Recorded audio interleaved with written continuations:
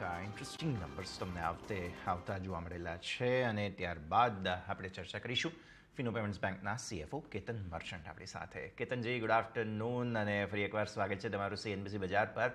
અને સૌથી પહેલાં તો નંબર્સ પર જ ચર્ચા કરીશું બિકોઝ બહુ જ ઇન્ટરેસ્ટિંગ સમગ્ર સેક્ટર અને લોકો જે રીતે સ્પેન્ડિંગ માટે લિક્વિડિટી પર નજર રાખી રહ્યા છે, આ એક બહુ સરસ ટ્રેન્ડ બન્યો છે અને ક્લિયરલી Q1 નંબર્સમાં આપણને જોવા પણ મળી રહ્યું છે. No doubt quarter on quarter basis પર પ્રોફિટ આ તે બધી વસ્તુઓ પછી આપણે ચર્ચા કરીશું.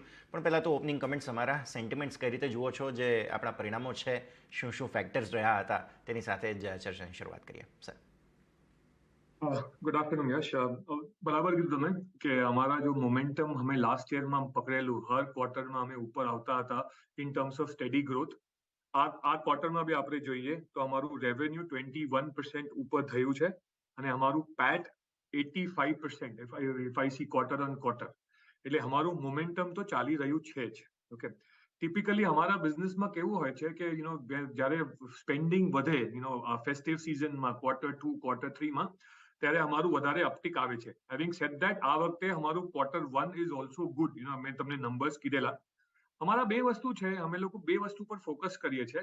એક ઇઝ નવા કસ્ટમર એક્વિઝિશન. મેં તમને પહેલા બી કીધેલું કે અમે લોકો હર 10 સેકન્ડ એક નવું લાયબિલિટી અકાઉન્ટ, નવું કાસા અકાઉન્ટ ખોલીએ છીએ and that is a big positive for us and we continue to do that.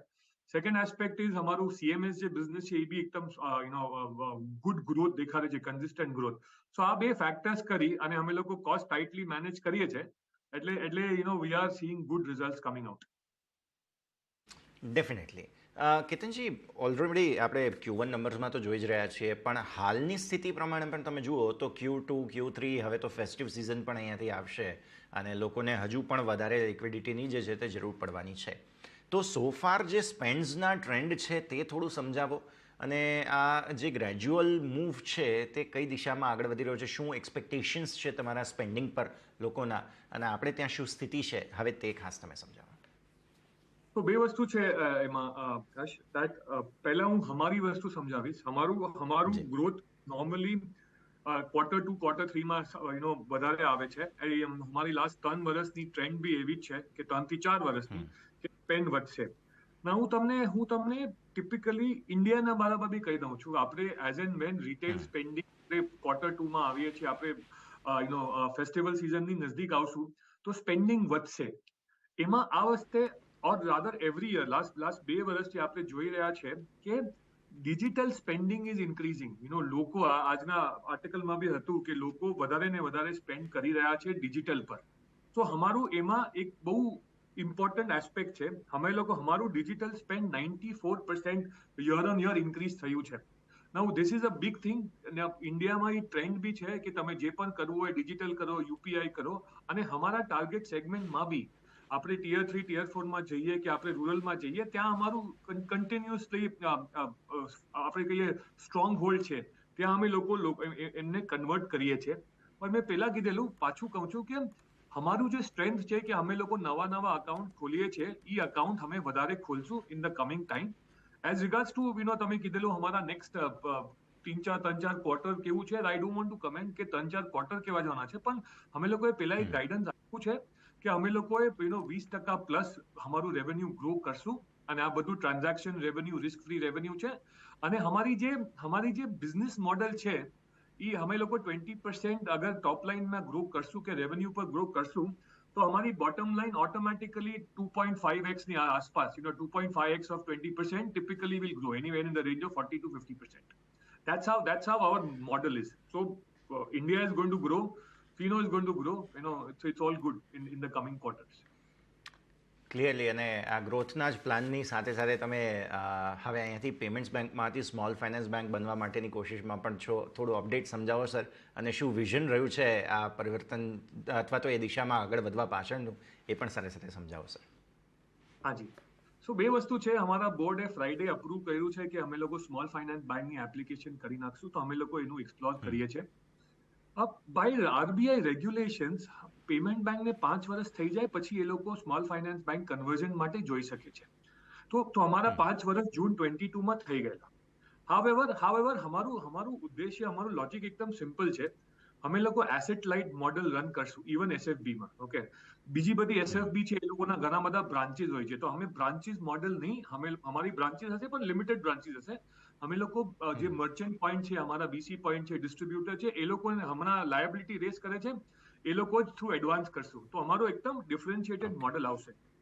બીજી વસ્તુ એવું છે કે અમે લોકો એસએફબી માંથી લેન્ડિંગ બેંક નહીં બની.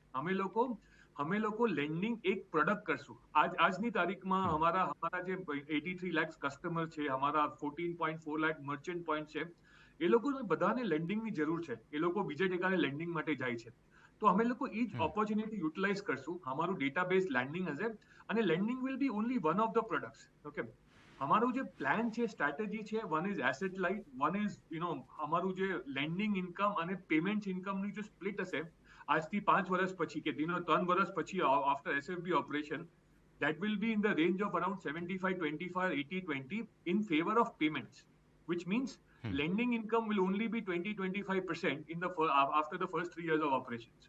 એટલે અમારું જે સ્ટ્રોંગ હોલ્ડ છે, અમારું જે ડીએનએ છે પેમેન્ટ્સનું, અમે પેમેન્ટ્સ કન્ટિન્યુ કરશું અને લેન્ડિંગ એ એડિશનલ પ્રોડક્ટ તરીકે લઈ આવશું. That is hour thought process. બિલકુલ, બહુ સરસ રીતે તમે સમજાવ્યું અને ઓબ્વિયસલી એક બેનિફિટ એ પણ હોય જ છે પેમેન્ટ્સ બેંકમાંથી એસએફબીમાં તમે જાઓ છો, બીજી બધી પ્રોડક્ટ્સ પણ તમે ઓફર કરી શકો છો, જે તમે અહીંયાથી ખાસ સમજાવ્યું. હવે આપણે રેટ્સ વગેરેની ચર્ચાઓ તો રેગ્યુલરલી કરતા હોઈએ છીએ, જોઈ રહ્યા છીએ કે જે ઇન્ફ્લેશનરી સિચ્યુએશન છે તે થોડી સ્ટેગ્નન્ટ છે, અને આવી સ્થિતિમાં ઇન્ટરેસ્ટ રેટ્સ ગ્લોબલી હવે થોડા પોઝ અથવા તો એક જગ્યા પર સ્ટેગ્નન્સી પર આવતા જોવા મળી રહ્યા છે. આપણે ત્યાં પણ આરબીઆઈ દ્વારા ઘણા સ્ટેપ્સ લેવામાં આવ્યા અને રેટ્સમાં પણ આપણે સ્ટેગ્નન્સી પર આવી ચૂક્યા છીએ. કોશિશ થઈ રહી છે. આવી સ્થિતિમાં આપણે ત્યાં કેટલી ઓપોર્ચ્યુનિટી બચે છે, નથી બચતી અર્નિંગ્સ માટે થઈને, નંબર 1. અને બીજું કે જ્યારે રેટ્સ થોડા હવે કદાચ ઘટે ન ઘટે, બધી પોસિબિલિટીઝની જોને તોની વાત છે, પણ આવી સ્થિતિમાં લોકોના માઇન્ડસેટમાં ઘણો ફરક પડી જતો હોય છે.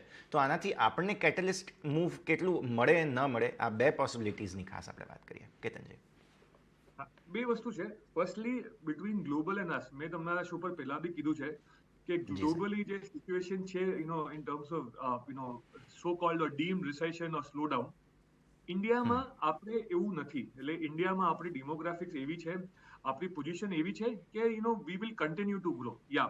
મે be continue to grow faster than the rest of the world. આપણા સ્ટેટિસ્ટિક ને ડેટા બી સમજાવે છે. As regards to interest rate, એમાં બે વસ્તુ થઈ શકે છે. Okay, inflation is playing a big factor. આજની તારીખમાં આપણે જોઈએ છે ફૂડ ઇન્ફ્લેશન બી હાઈ છે. That is also leading to overall inflation being higher. એટલે મારું જે પર્સનલ માનવું છે કે ધ પોઝ આવી ગયું છે. રેટ્સ અહીંયાથી ઇન્ક્રીઝ નહીં થાય, પણ રેટ્સ અહીંયાથી ઓછા બી ઇમિડિયેટલી નહીં થાય. RBI is doing a fantastic job. એ લોકો ઇન્ફ્લેશન અને રેટમાં બેલેન્સ કરી રહ્યા છે. ઓનેસ્ટલી સ્પીકિંગ, આપણે 6 મહિના પહેલા વાત કરતા હતા કે 6 મહિના પહેલા લોકો જે પોઝિશન લેતા હતા, એ લોકો એક્સપેક્ટ કરતા હતા કે maybe by the time August September આવશે, રેટ રિડક્શન થોડું ફાસ્ટ થશે. However, because of inflation conditions, rate reduction તો નથી થયું, રેટ પોઝ આવી ગયું છે. મારા પર્સનલ હિસાબે આ પોઝ થોડું વખત રહેશે, હજી next couple of quarters, until inflation કંટ્રોલમાં આવશે. ત્યાં સુધી આઈ થિંક આ રેટ્સ રેન્જ બાઉન્ડ રહેશે. I do not see a rates having drastically moving downward currently. Upward તો સવાલ નથી. એ લોકોએ સારું ઇન્ડિકેશન આપ્યું છે કે it will be pause. So that is my view. Yes, બિલકું, બહુ સરસ રીતે તમે સમજાવ્યું. એક ક્વિક છેલ્લે કોઈ ગાઈડન્સ અગર તમે આપવા માંગો અહીંયાથી માર્જિન્સ કે પ્રોફિટ પર? મેં કીધું કે અમે લોકો, અમારું એમ છે કે 20% પ્લસ ગ્રોથ કરશું અમે લોકો ટોપ લાઇનમાં. એની bottom line impact anywhere in the range of 45% આવી શકે છે. That is our stated objective. અમે લોકોએ જે કીધું છે. Okay, and stuff. લોંગ ટર્મમાં અમે લોકો, mid term to long term, we will continue. અમે લોકો એસએફબીમાં અપ્લાય કરવાની ટ્રાય કરશું આરબીઆઈ સાથે. અને એસએફબી એટલે ડિફરન્શિએટેડ એસએફબી બનશે. મેં તમને પહેલા સમજાવ્યું એવી રીતે. We will not be running a motor business. It will be digital and merchant based SFP. Definitely. તો આ સંકેતો પર નજર રહેશે. કેતનજી, ખૂબ ખૂબ આભાર આપનો અમારી સાથે જોડાવા માટે અને આ સમગ્ર ચર્ચામાં ભાગ લેવા માટે. Thank you. My pleasure. બિલકુલ.